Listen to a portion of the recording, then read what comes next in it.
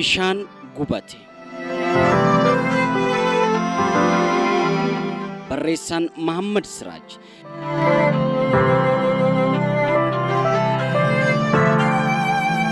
Bishaan gubate.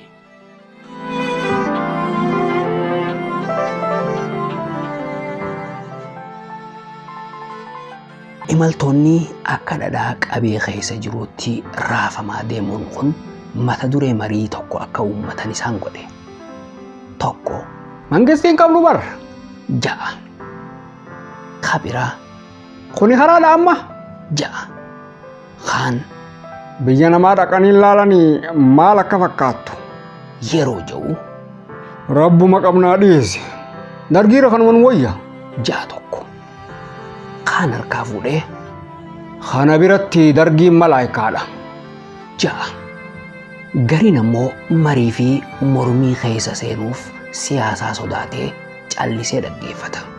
Kabiraa ammoo gama daandiitiin dur caalaa amma jijjiiramni guddaan akka jiru dubbata. Tokko tokko ammoo akka qondaala mootummaatti deebii kennuuf yaala. Mormii finiintee tana keessatti yaada hundarraa addaa kan kaase milkiidha. Mootummaan maali? Je'ee gaafii kaase. mootummaan lahaa Je'ee namichi tokko akka loluu ta'e. Gariin namoota jiran keessaa umriidhaan xiqqaa ta'uu isaa laalee dubbii isaa tuffatee callise. Kaanis dhimma biraa eegalee gurrarraa cufate.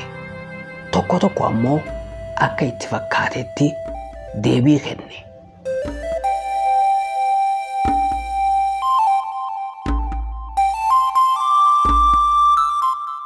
Milkiin namoota isa dhaggeeffachuuf fedhanitti fuula garagalfatee yaada isaa ibsu eegale.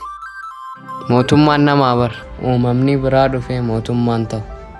Namumaatu garee mootummaa jedhamtu takka qaba. Gareen sun namoota akka keenyaarraa uumamte. Nuti maatu dhaqee mootummaa ta'a. Nuti biyyaaf ilaalcha akkam qabna? Biyyaaf ni yaanna? Akkami guddanne? Akka biyyaaf yaannutti tolfamnee guddanne? Namni ijoollee isaa akka biyyaaf yaaddutti ni guddisa. Yoo nama biyya bulchu taate hattuun ta'in jee ni gorsa. Je'ee imaltoonni gariin isa dhaggeeffachaa jiraachuu mirkaneeffannaan itti fufe. Namni ijoollee hogguu guddisu itti gaafatamummaan akka irra jiru barsiisee guddisu ni jira. Wanni biraa hafu mucaan xiqqaan tokko waraqaa buskutarraa nyaate bakka fadhee yoo darbe lakki bakkitti darbuu qabdu asii miti jee maatiin ni barsiisa. Qulqullina keessatti itti gaafatamummaa akka qabu namni itti himu ni jira. Abaluutu mana kana qulqulleesse jee akka yaadu malee ani qulqullina mana kanaa keessatti waa gumaachuun qaba jee akka yaadu godhamaa jira. Tabiyyaatis tanu. Milkiin osoo hin beekin sagalee ol fuudhee haasa'e. Kan duraan umrii isaa laalee tuffachaa tures gariin gara isaa garagale. Nuti mataan keenya ilaalcha akkam qabna? Kanaafuu eenyu komanna? Aangoo harkannee itti fayyadamnee jireenya dhuunfaa fooyyeffachuuf yaalnamoo qabeenya jiru biyyaaf oolchina. Sishoomee albal'aa sishaarii qoccoo ilaalchi jedhamuun jiru. Namni waa'ee aangoo yeroo yaadu waa'ee duroomuu yaadu biyya guddisuu keessatti biyya misoomsuu keessatti itti gaafatamummaa akka qabnu ni beekna. Namu bakka jirutti waa gumaachuu akka danda'u ni beeka. Fakkeenyaaf qulqullina magaalaa eenyutu eega? Warra mindaan kafalamee fi karaa haa ta'u.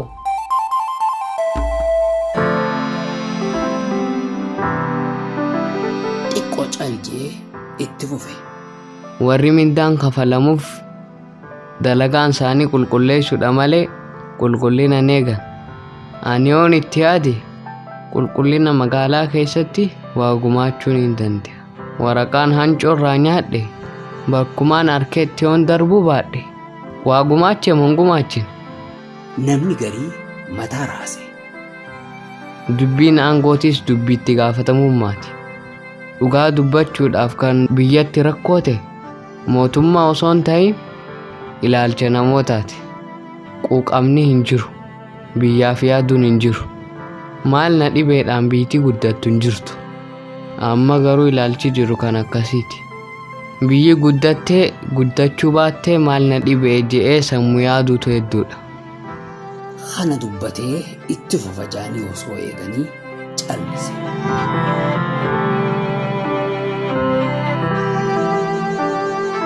Milkiin waa'ee jijjiiramaa haala kanaan yaaduu kan eega leenjii waa'ee ilaalchaa fudhate booda. Leenjii dhaabbanni miti mootummaa tokko kenneef keessatti itti gaafatamummaan maal akka ta'e hubatee jira. Itti gaafatamummaa jechuun waan namarraa eegan osoo hin taane waan ifirraa eegalan akka ta'e baree jira. Abaluutuu jijjiirama fida jaanii eeguu osoo hin taane jijjiirama dhufu keessatti itti gaafatamummaa qabaachuu beekuun dirqama akka ta'e leenjii jira. Hojiin hojjetamu hundi sammuurraa akka eegaltu baratee jira. Wanti hundi sammuu keessatti dalagamtee eega dhumte booda lafatti akka gabbuutu hubannoo harkatee jira. Sammuu fi itti gaafatamummaa namarra jirtuuf qopheessuun barbaachisaa akka ta'e barnoota harkatee jira. Maal na dhibeen biyya akka balleessite, maal na dhibe jechuun akka namarra hin jirre, namni hundi bakka jirutti itti gaafatamummaa akka qabu leenjii fudhatee jira. Biyyi guddattee guddachuu baattee maal na dhibee waan kana abaluutu godhaa ammaaliif hin godhaa, abaluu waan kana osoo hin godhin ammaaliif hin godha ilaalchi jiru jijjiiramuu akka qabu hubatee jira. Namni tokko biyya jijjiiruuf dura if jijjiiruu akka qabu barnoota fudhatee jira.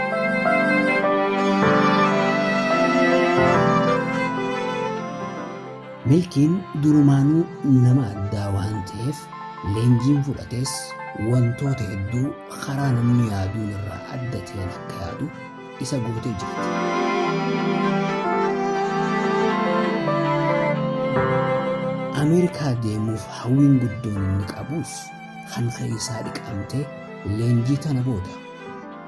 Duraan garuu biyyaa bahuuf fedhii guddoo qaba ture. Yoo danda'ame Ameerikaa ta'uu baannaan Awurooppaa, yoo sanis dhabamee Eeshiyaas ta'uu biyyumaa bahuuf hawwa ture. Biyya wayyaallee yoo dhabe Yamanumallee dhaquu karaa itti biyyaa bahuun yaada ture. Waahillan isaa firoottan isaa biyyaa bahuun ammoo fedhii isaa tana daranuu isa keessatti fineense. Ameerikaa abjuu ijoollee ganda bulee taate halkan manaamaan bulee ganama dirree dhootti farkaa ture. Ijoollee ganda bulee dhimmi Ameerikaa dhiiga isaanii keessa seenee sammuu isaanii bite. Du'aa fi Ameerikaan waan hin oolle kan itti fakkaatu hedduudha. Milkiinis warra osoo ganda bulee jiru Ameerikaa jiraatu keessaa tokko ture. Waa'een Ameerikaa yeroo haatu milkii gurri isaa ka'ee miila lamaan dhaabbata. Hiyyummaan maatii isaa Ameerikaa dhaquudhaan waan furamtu itti fakkaata. Durummaa honga hin qabnetti bahuudhaaf Ameerikaa abjoota. Ameerikaaf dheebota ture. Yeroo namni deemu goroo nama deemsa.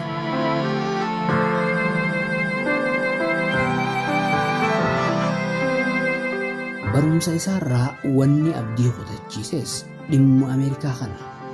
Abbaan warraa daadaa isaa callaan eegummaan isaa tokko Landan takka Osloo geesse booda hireen Ameerikaa waan argamteef milkiin gara Finfinnee deemuu akka qabu dhaamsa erge. Milkiinis Ameerikaa akka deemu waan itti himameef barnoota guutumaa guutuutti dhiise. Qaamaan garuu mana barnootaatti deddeebi'uu itti fufe.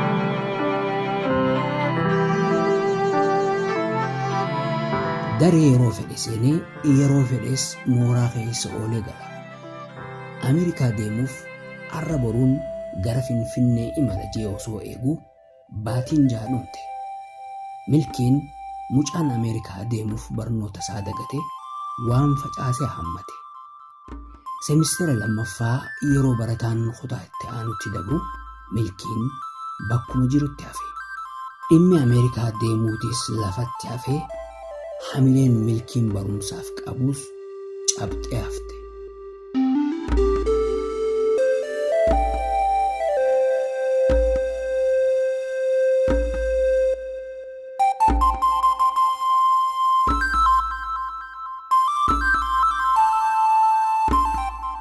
Egeleenjii ilaalchaa fudhate booda haalli isaa guutumaa guututti jijjiirame. Hamileen barumsaaf qabu deebuu baattus osoo biyyaan baane if jijjiiranii biyya jijjiiruun akka danda'amu amane. Namoonni biyya bulchaa jiranis osoo ilaalchi kun hin jijjiiramin gara aangootti waan ol bahaniif biyya jijjiiruu hin danda'an jechuu hubate.